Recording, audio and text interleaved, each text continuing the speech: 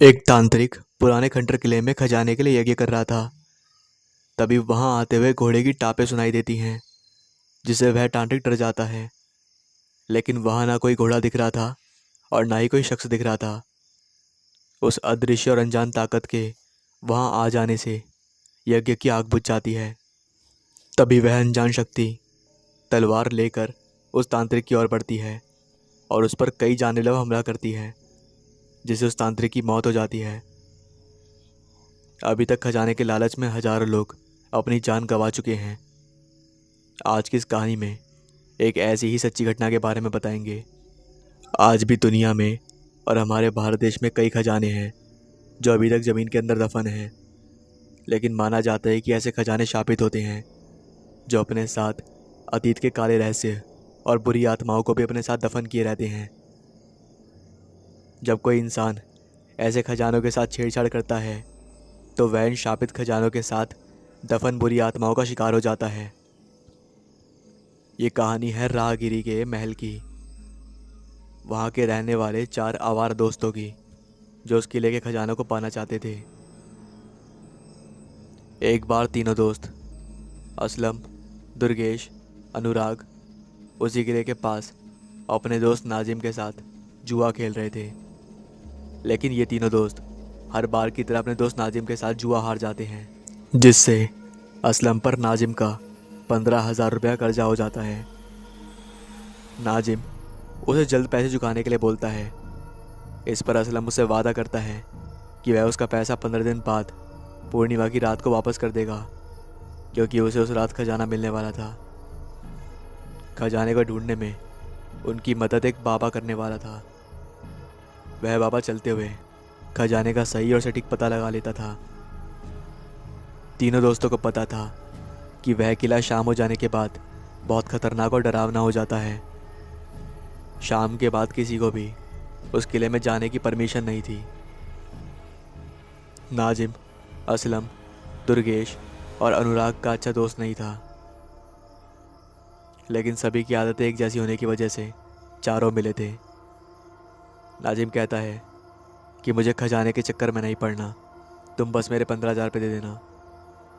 बाद में तीनों के कहने पर नाजिम उस किले में जाने के लिए तैयार हो जाता है। अगले दिन चारों दोस्त एक बाबा के साथ मल्हार किले के लिए निकल पड़े। चारों को इस बात का पता नहीं था कि 15,000 के पीछे आज वो कितनी बड़ी कीमत चुकाने वाले हैं। सभी मल्हार किले के पास पहुंच जाते हैं, जहां पर 14वीं शताब्दी का खजाना दफन था। खजाने का पता उस बाबा को एक सोने के सिक्के से चलता है। वह सिक्का बाबा को सपने में दिखा था। बाबा को वह सिक्का ठीक उसी जगह मिला जो जगह उसने सपने में देखी थी। सभी उस खजाने को उस वक्त नहीं निकाल सकते थे, क्योंकि खजाने को निकालने के लिए सही और अनुकूलित समय और मुहूर्त की ज़रूरत थी। बाबा ने खजाने को निकालने का सही समय पूर्णिमा की रात को तय किया। सभी लोग वापस लौटने लगते हैं। तभी अचानक से पीछे से एक लड़के पर तलवार से हमला होता है। पीछे देखने पर कोई भी नहीं दिख रहा था। वह लड़का बच जाता है। वह काफ़ी घबरा जाता है। जाते जाते बाबा सभी को उस किले के खजाने के बारे में बताता है कि 14वीं शताब्दी का दुनिया का सबसे बड़ा खजाना चूनार नाम के किले में था, जो दिल्ली के आसपास ही कहीं था। जब वहाँ के राजा की मौत हुई तो खजाना और किला दोनों ज़मीन के नीचे दफन हो गया। बाबा आगे बताता है कि जब कोई चीज़ या फिर कोई खजाना अगर 500 साल तक नीचे दबा रहे तो वह एक जगह से दूसरी जगह खिसकने लगती है। ऐसा ही चूनार के किले के खजाने के साथ हुआ है। वह खजाना वहाँ से इस मल्हार के किले में पहुँच चुका है। बाबा कहता है कि हम अगली पूर्णिमा की रात को यहाँ आएंगे खजाना निकालने के लिए। सभी को पता था कि रात को जो भी मल्हार के किले के अंदर जाता है वो कभी वापस नहीं आता है। लेकिन बाबा उनसे मेरे होते हुए सबको डरने की कोई ज़रूरत नहीं है। मेरे होते हुए कोई भी तुम्हारा कुछ नहीं बिगाड़ सकता। लेकिन ये बात सही थी कि रात को जो भी उस किले में गया वो कभी वापस नहीं आया। अगली पूर्णवासी की रात बाबा उन चार लड़कों के साथ उस किले में पहुंच जाता है। उसी वक्त सभी को चुनार किले का बोर्ड वहां पड़ा दिखता है, लेकिन कोई भी उस बोर्ड पर ध्यान नहीं देता है। चुनार किले का बोर्ड मल्हार किले में कैसे पहुंच गया। इसके बाद बाबा खजाने के लिए यज्ञ शुरू करते हैं। तभी बाबा को खजाने का पता चलता है, जो वहाँ से 1 किलोमीटर के अंदर था। बाबा सभी को खजाना ढूंढने के 2 तरीके बताते हैं। अगर लाल रोशनी दिखे तो समझ जाना कि खजाना वही है, या फिर कहीं सिक्कों की खनक सुनाई दे तो समझ जाना ही खजाना वही है। इसके बाद चारों खजाने की तलाश में किले में चारों तरफ फैल जाते हैं। तभी जाते जाते बाबा अनुराग को रोक लेता है और उसे लौटा देते हुए कहते हैं कि तुम्हें पश्चिम दिशा में जाने पर एक प्याऊ मिलेगा, वहाँ से पानी लाना है, जिसकी ज़रूरत पूजा में पड़ेगी। इस तरह चारों अपने अपने काम में लग जाते हैं। तभी नाजिम को एक कमरे में लाल रोशनी दिखाई देती है। नाजिम के मन में लालच आ गया और वह किसी को बिना बताए उस लाल रोशनी की ओर बढ़ गया। तभी नाजिम को वहाँ एक कंकाल दिखाई देता है, जिससे उसकी चीख निकल पड़ी। इधर अनुराग जब पानी लेने जा रहा था, तभी पीछे से एक शैतान तलवार से उस पर हमला करता है। कैसे भी करके अनुराग उस हमले से बच जाता है। खजाने की तलाश कर रहे धर्मेश को एक पुराना बक्सा दिखाई देता है। धर्मेश उस बक्से पर अपना कान लगाकर सिक्के की खनक सुनता है तो उसे सिक्कों की खनक सुनाई देती है, लेकिन तभी उसका कान उस बक्से से चिपक जाता है। बहुत कोशिश और ताकत लगाने के बाद धर्मेश छूट जाता है, लेकिन उसका कान उसी बक्से से चिपका रह जाता है। उसकी चीख सुनकर असलम और नाजिम वहाँ आ जाते हैं और ये सब देखकर खजाने को छोड़कर वहाँ से जाने की बात करते हैं। इसी दौरान अनुराग को एक प्याऊ दिखती है। वह पानी भरकर वापस लौटता है। तभी शैतान फिर से उस पर हमला करता है। अनुराग पूरी तरह से शैतान के चंगुल में फंस चुका था। भागते हुए असलम को एक सुराग से लाल रोशनी आती हुई दिखती है, तो असलम खजाने के लालच में अपना हाथ उस सुराग में डाल देता है। उसके हाथ में सिक्के भी आ जाते हैं, लेकिन उसका हाथ अंदर किसी ने पकड़ लिया था। वह अपना हाथ बाहर नहीं निकल पा रहा था।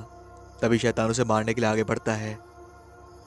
तभी असलम की चीख निकल पड़ती है। चीख सुनकर धर्मेश असलम के पास पहुंच जाता है, लेकिन वह भी उसका हाथ बाहर निकालने में असफल हो जाता है। धर्मेश भागकर बाबा के पास आता है और उनसे सहायता मांगता है, लेकिन वह बाबा अपनी साधना में लीन थे। उसने धर्मेश की एक बात नहीं सुनी। तभी अनुराग भी वहां पहुंच जाता है और धर्मेश और अनुराग जबरदस्ती असलम का हाथ बाहर निकाल लेते हैं, जिससे हाथ बहुत ज़्यादा जख्मी हो जाता है। हाथ से ढेर सारा खून निकल रहा था। तीनों भागकर किले के गेट की तरफ बढ़े। तभी बाबा उन्हें रोक लेता है और उन्हें सारी सच्चाई बताता है। मैंने तुम सबका इस्तेमाल किया है। मैंने तुम्हें इस खजाने का रहस्य तो बताया नहीं था। इस खजाने की रक्षा कई सालों से चुनार के राजा का एक वफादार सैनिक कर रहा है। वह बहुत ही खतरनाक प्रेत है। अगर मैं ये बात तुम्हें बता देता तो तुम सब मेरे साथ नहीं आते।